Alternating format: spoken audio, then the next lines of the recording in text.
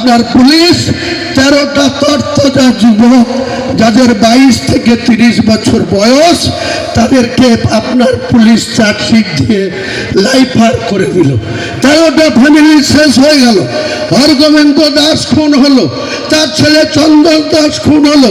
সেটা যেমন আমরা কোনো মতেই মানতে পারি না, জঘন্যতম খুন, তেমনি এটাও আমরা বলবো আপনার ব্যর্থতা, আপনার প্রশাসনের ব্যর্থতা। বেলডাঙাতে আজকে এনআইএ এসছে, আপনার পুলিশ তটস্থ হয়ে গেছে, ভয়ে ঘুরে বেড়াচ্ছে আইসি বেলডাঙা, ভয়ে ঘুরছে, এসপি খোঁজ নিচ্ছে এনআইএ এসে কি করবে। 16 তারিখ জুম্মাবার ছিল, 16 তারিখে আমি আমার বাড়ি থেকে বেরিয়ে কলকাতার উদ্দেশ্যে গেছিলাম। আমার ভাই আমাদের রাজ্যের যুব প্রেসিডেন্ট সৈয়দ আহমেদ কবির আছে, আমি মিস্টার কর্নেল ত্যাগীর কাছে আমরা 6 তারিখে ব্রিগেড ময়দানে এরকম সভা করার জন্য চেয়েছিলাম। 6 তারিখের পরে 8 তারিখে প্রসেস করলো, কিছু কাগজপত্র চাইলো, এফিডেভিট চাইলো, সেটা 13 তারিখে দেওয়া হলো। 13 তারিখে আমাকে কর্নেল ত্যাগী একটা চিঠি করলো। 16 তারিখে বেলা 1টার সময় আমাকে ডাকলো সশরীরে। আমার জুম্মার নামাজ পড়বো এখানে বাবরি মসজিদে, তবু আমি ওখানে গিয়ে বিধানসভায় নামাজ পড়ে মিস্টার ত্যাগীর কাছে আমি সৈয়দ কবিরকে নিয়ে গেলাম। তারপর তেনারা 6 থেকে 16 10 দিন পরে তেনারা বললেন যে আমাদের ডিপার্টমেন্ট থেকে 1 ফেব্রুয়ারি থেকে 20 মার্চ পর্যন্ত আমরা কোনো মাঠ আপনাকে না কোনো রাজনৈতিক দলকে দিতে পারবো না। আমার কাছে প্রমাণ আছে, ক্ষমতা থাকলে রাজ্য প্রশাসন প্রমাণ করুক। এখানে লিডার অফ দ্য অপোজিশন তিনিও বলছে বেলডাঙার যে সমস্যা হয়েছে, যে রাস্তা অবরোধ হয়েছে, যে বিশৃঙ্খলা হয়েছে, তার জন্য নাকি আমার উস্কানি আছে। আরে আপনার পুলিশ কি করে? বেলডাঙার আইসি কি করছিল? পরের দিন যখন আবার আনিসুর রহমান বলে একজন বিহারের গাজিয়াবাদে মার খেয়ে এখানে হসপিটালে ভর্তি, কে বা কাহারা রটিয়ে দিল যে আনিসুরও মারা গিয়েছে, আবার রাস্তা অবরোধ। সেদিনকে বাংলার যুবরাজ বলে যিনি অহংকার করেন, সেই যুবরাজের বহরমপুরে রোড শো ছিল, তিনার রোড শোর জন্য সমস্ত রাস্তাকে বন্ধ করে তিনারা যুবরাজের 5000 লোকের রোড শো করছে। আজকে যখন আমরা লক্ষ লক্ষ লোক মুর্শিদাবাদের পুলিশ সুপারকে কাল থেকে বলার পর, হুমকি দেওয়ার পর, 1টার পরে রোড হেভি ভেহিকলস তারা বন্ধ করলো। কেন সকাল থেকে বন্ধ করা যেত না? অভিষেক বন্দ্যোপাধ্যায় আসবে, রাজপুত্র আসবে, তার জন্য আপনারা পুলিশ প্রশাসন একদম তটস্থ। আমি পুলিশ প্রশাসনকে ব্যক্তিগতভাবে কারো বিরোধী নই, কিন্তু আমি বলবো মুর্শিদাবাদের প্রশাসনকে, বাংলার প্রশাসনকে, এই মমতা বন্দ্যোপাধ্যায় 4 থেকে 9 একটা মাত্র সংসদ ছিল, বামফ্রন্টের 35টা সংসদ ছিল, আইএনসি ইন্ডিয়ান ন্যাশনাল কংগ্রেসের 6টা সাংসদ ছিল। মমতা বন্দ্যোপাধ্যায় আপনি অতীতকে ভুলে যাচ্ছেন। আপনি অতীত ভুলতে পারেন, হুমায়ুন কবিরের 40 বছরের ক্যারিয়ারে আপনাকে কখনোই বেলডাঙায় সিদ্ধার্থ শঙ্কর রায় 1996 সালে যখন লোকসভার ভোটে লড়তে এসেছিল আপনার প্রার্থী রূপে, তখন বেলডাঙায় ইকবাল সাহেবদের গেস্ট হাউসে আপনি আমার হাত থেকে চপ মুড়ি চেয়ে খেয়েছিলেন। আপনি ভুলে গেলেন। আজকে আপনাকে দেখা করতে সময় চাইলে আপনি দেখা করেন না। আপনি 20 মে 2011 যেদিন বাংলার মুখ্যমন্ত্রী হিসেবে শপথ করেছিলেন, সেদিন বলেছিলেন কালীঘাটের বাড়িতে আম আদমিদের সঙ্গে সাক্ষাৎ করবেন। আম আদমি তো দূরে থাক, আপনার ক্যাবিনেটের মন্ত্রীরাই আপনার সঙ্গে কথা বলার সময় পান না। আমরা 220টা এমএলএ, মুর্শিদাবাদে 20টা এমএলএ হুমায়ুন কবিরকে যখন গুসা দেখায়, জোর দেখায়, আপনি হেলিকপ্টার থেকে নামলেন 5ই মে 2025। আমাদের মতো লোক পিএমও সিকিউরিটি এবং এই জেলার শাসক পুলিশ সুপাররা আমাদের এআইএসের সঙ্গে একজন সাব ইন্সপেক্টর যেখানে দাঁড়িয়ে আছে আমাদেরকে দাঁড় করিয়ে রেখেছে। আমি বললাম আমি এক্ষুনি বাড়ি চলে যাব।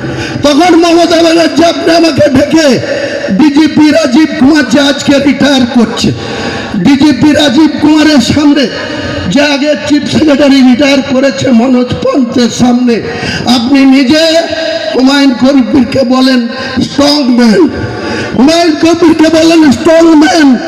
আবার আপনি বলে যান 10 জনের কোর কমিটি করব, 4 জন হিন্দু 6 জন মুসলমান, তার মাথা করে দেব তোমাকে। তারপরে আপনি 4 ডিসেম্বর সেই হুমায়ুন কবিরকে সাসপেন্ড করে দিলেন। অপরাধটা কি? আপনি 11 দিন আগে দেখেছিলেন, আপনার ভাইপো দেখেছিল, আপনার প্রতীক জৈন দেখেছিল যে বাবরি মসজিদ করা যাবে না। কেন করা যাবে না? আপনি কেন পুরীর জগন্নাথ মন্দির সরকারি টাকায় দিঘাই করলেন? কেন আপনি দুর্গায়ন করছেন? কেন আপনি কালী মন্দির করার উদ্বোধন করছেন? কেন সাধু সন্তরা যেখানে মেলায় যায়, স্নান করতে যায়, পুণ্য স্নান করতে যায়, 1700 কোটি টাকার সেখানে ওয়াক অর্ডার হচ্ছে? আমার কনস্টিটিউশনের একটা 35 কোটি টাকার লোহাদাঘাটের ব্রিজের জন্য অভিষেককে বলেছি, মমতাকে 4 বার বলেছি, এখানকার টিএমকে 7 বার বলেছি, আজ পর্যন্ত হয় না। আর দরকার নেই, আগামী দিনে আপনার কুর্সিটা কেড়ে নেব, কুর্সি থেকে হটাবো, তারপরে এরকম হাজারো লোহাদাঘাটের ব্রিজ অটোমেটিকলি করবে, আমলারা করতে বাধ্য হবে। শুধু নির্দেশ দেব, সেই নির্দেশ পালন করতে হবে। আপনি শুধু তোলাবাজির ভাগ খাবেন, 70 আর 25, 75 আর 25, আর আপনার নাম করে আপনি ল্যান্ড দপ্তরের মন্ত্রী, আপনার ল্যান্ড দপ্তরের বেলারোরা কিভাবে মানুষের রক্ত চুষে খাচ্ছে। আপনি বলছেন লক্ষ্মীর ভান্ডার দিই, আরে লক্ষ্মীর ভান্ডার আপনি কার টাকায় দেন? মমতা ব্যানার্জি আপনার বাবার নাম ছিল কমলেশ্বর ব্যানার্জি, তার টাকায় দেন? আপনার কত বিঘি জমি ছিল? আপনার বাবার কত বিঘি জমি ছিল? আপনার ভাইপুর কি ব্যবসা ছিল 2014 সালের আগে? আজকে আপনার ভাইপো বড় বড় করে বলতো 10 টাকার দুর্নীতি যদি কেউ প্রমাণ করতে পারে, উনি নাকি নিজে নিজে ভারতবর্ষের সংবিধানের জুডিশিয়ালের পুরো নির্দেশ ছাড়াই উনি গলায় ফাঁসি লাগিয়ে ঝুলে যাবেন। আপনার যে কোম্পানি, অভিষেক বন্দ্যোপাধ্যায় আপনার নাম করে বলছি, আপনার কোম্পানি, আপনার যে ডাইরেক্টর ছিল সুজয় কৃষ্ণ ভদ্র, সে কতদিন জেলের ঘানি টানলো? তার বক্তব্যতে যে কোম্পানির বিরুদ্ধে যে চার্জশিট, 1065 পাতার যে চার্জশিট, সেখানে অভিষেক বন্দ্যোপাধ্যায়ের 73 জায়গায় নাম আছে, 73 জায়গায়। যে কোনো মুহূর্তে দিল্লির সরকার মনে করলে অভিষেককে অ্যারেস্ট করে ওই সুদীপ বন্দ্যোপাধ্যায়, তাপস পালদের মতো ভুবনেশ্বরে পাঠিয়ে দেবে। আপনি উপরে মুসলমানদের মসিয়া আর ভাইপোকে বাঁচার জন্য মোহন ভাগবত, আর প্রধানমন্ত্রী অমিত শাহ খারাপ, প্রধানমন্ত্রী ভালো, মোহন ভাগবত ভালো, তাকে এই বাংলায় আপনি যেদিন ক্ষমতায় এসেছিলেন সেদিন RSS এর শাখা অফিস ছিল বাংলায় মাত্র 558টা, মাত্র 558টা। আপনার বদন্যতায়, আপনার পুলিশের তলায় তলায় সাপোর্টে আজকে গোটা পশ্চিম বাংলায় RSS এর শাখা অফিস হয়েছে 12,000। আপনি ভোটের সময় প্রতিশ্রুতি দিয়েছিলেন 10,000 মাদ্রাসাকে আপনি স্যাংশন করে দেবেন, এডেড মাদ্রাসা করে দেবেন। আজ পর্যন্ত আপনি 338 আর 235 আপনার মাইনরিটি দপ্তরের প্রিন্সিপাল সেক্রেটারি PB সেলিম সাহেবের ডয়ারে ধরা আছে হিমঘরে। আপনাকে আমি একদিন বলেছিলাম কংগ্রেসের MLA হিসাবে 2011 সালে আমি এবং আমার বন্ধু বেলডাঙ্গার এমএলএ শফিউজ্জামান সহ আমরা এই অপূর্ব সরকার সহ আমরা সেদিন বলেছিলাম যে আপনি ভাবদার গার্লস স্কুলটা স্যাংশন করে দেন। বুদ্ধবাবুরা অনেক প্রতিশ্রুতি দিয়েছিল, করতে পারেনি।